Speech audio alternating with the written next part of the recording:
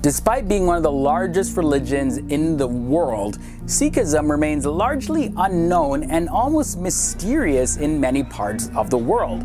This lack of understanding and knowledge has created many stereotypes pertaining to the Sikh religion, so hopefully I'll clear some of that up in this episode. Welcome back to another FTD Facts video. I'm Leroy Kenton, and I had no idea that our first episode on Sikhism would get so much attention, and you guys wanted a part 2. I mean, people like Navjot Kaur Sekon, Eshan Sandhu, Harvishal Deep Singh, Jay Sin, R9AJ, and Paramjit Singh all requested for us to do part 2. So here's some more interesting facts about Sikhism that everybody needs to know. So Sikhism is an independent religion. A large number of people kind of tend to assume that Sikhism is like a branch of Hinduism or something, or even sometimes like an offshoot religion of Islam, or even a blend of both of those religions. And while religion as a category itself is kind of problematic, using that label,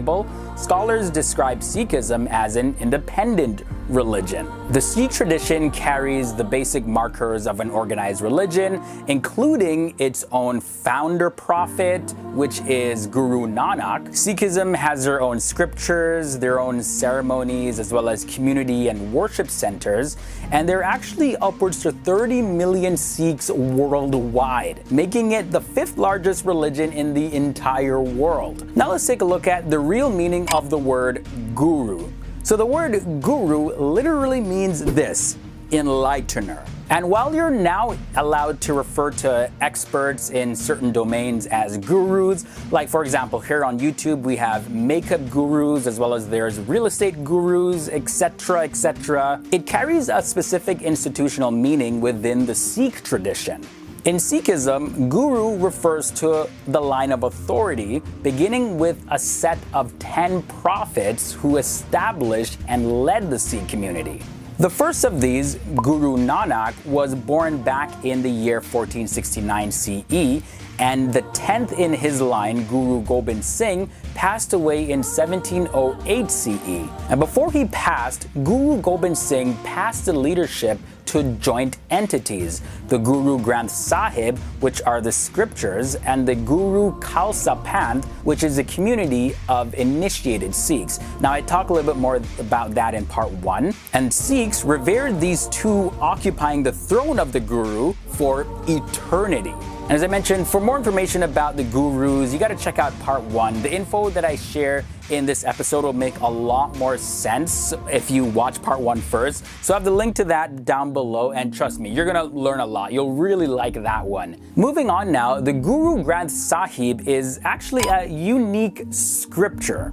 Now, the authority given to the religious text of the Sikhs, it certainly makes it stand out from other scriptural texts of other world religions. This is because the Guru Granth Sahib was compiled by the Sikh gurus themselves and is largely made up of writings composed by the gurus themselves. This collection also includes the devotional writings of other religious figures, including Muslim Sufis as well as Hindu Bhaktas. The Guru Granth Sahib is made up entirely of devotional poetry, most of which is set to music. And now these writings are primarily about divine experiences as well as wisdom on religious brotherhood, and these writings have played a central role in the Sikh practice since the time of Guru Nanak. And the life of every Sikh has both a personal and panthic or communal element. For a devout Sikh, the secular life, Miri, incorporates standards of spiritual living,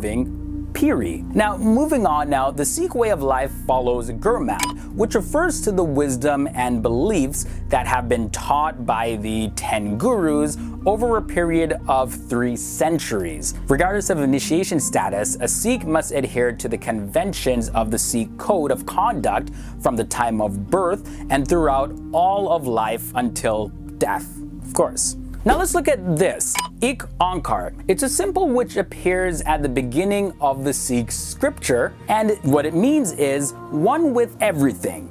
The symbol is written in the Gurmukhi script, and the Gurmukhi is the Sikh language of prayer in which Guru Granth Sahib is written. But what does the word Gurmukhi actually mean? Well, it means of the Guru's mouth.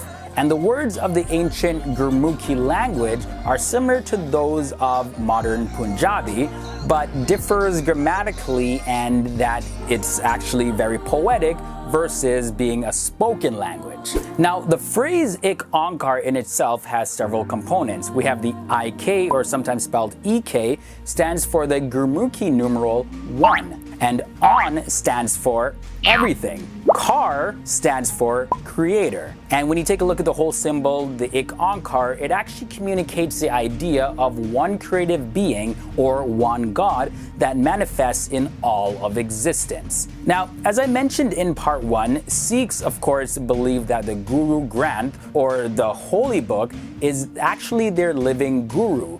And the Hukam is actually a verse selected at random from the Guru Granth and is considered a divine command. The point of reading the Hukam is so that Sikhs may understand that their Guru has a will and that they need to align themselves with it. And when they do that, they're actually aligning themselves with the will of God. Now we look at the word Nishan. In Sikhism, Nishan means flag, symbol, or banner. And Sahib is a term of respect, meaning master or lord. In Sikhism, the religious flag is addressed as Nishan Sahib to show respect. The Nishan Sahib is raised and flown at every Sikh Gurdwara, which is a place of worship for Sikhs. Alright, now let's take a look at Langar. So what do you know about that word? Probably nothing if you're not familiar with Sikhism.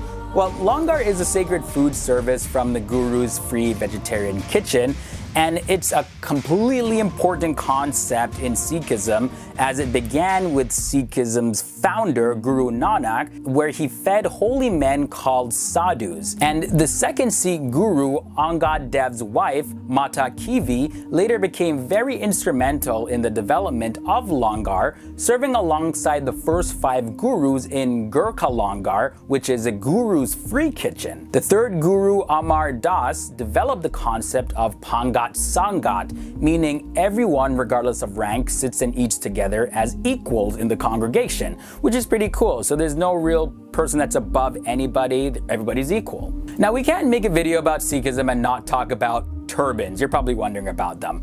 Well, Sikhs are told to keep their hair in the natural, unaltered state, and that's part of the Sikhism code that we talked about earlier. A Sikh is expected to keep all their hair intact and have their head covered. The rule of dress for every Sikh man is to wear a turban, and the Sikh woman may wear a turban or a traditional headscarf, whichever one she chooses. And when it comes to removing the turbans, they're only removed in circumstances like, bathing or washing your hair or other very intimate moments that, of course, you have to take it off, but usually they're just kept on all the time. And a lot of people make a misconception of Sikh women not being equal in the religion, but that's not true. Sikh women have equal status. In the 14th century, before the time of Guru Nanak Dev Ji, Indian women were degraded by their society, and pretty much the function of a woman in society was only to just give birth as well as do housework and serve the other men in society in any way possible that they were commanded to. But Guru Amar Das Ji, the third Guru of the Sikhs, raised his voice against this sort of thing, as well as he denounced this sati system, which was very disturbing. It was where women would actually commit suicide as a result of their husbands dying. Now, Sikhs have made huge contributions to America. Now, get this, because this is very important. From the time of their arrival in the late 1800s, Sikh men as well as women have been making notable contributions into the development of American society. Early immigrants that settled in the western frontier played a major role in building America's railroads. Sikh Americans like Bhagat Singh Thind served in the US military during the World Wars, religions. And the first Asian American congressman was a Sikh American elected to office in 1957. Did you know that fiber optics was made by a Sikh American?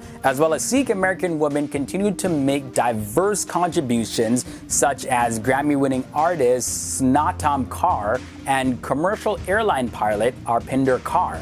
Now there you have it, guys. That was your facts about Sikhism part 2. I hope it cleared up a lot of misunderstandings of Sikhism. And in this culturally diverse world, we hope to share facts to you viewers that allow you to gain some insight to see exactly where people are coming from so that we can just understand people and do our best to live in unity regardless of our traditional backgrounds.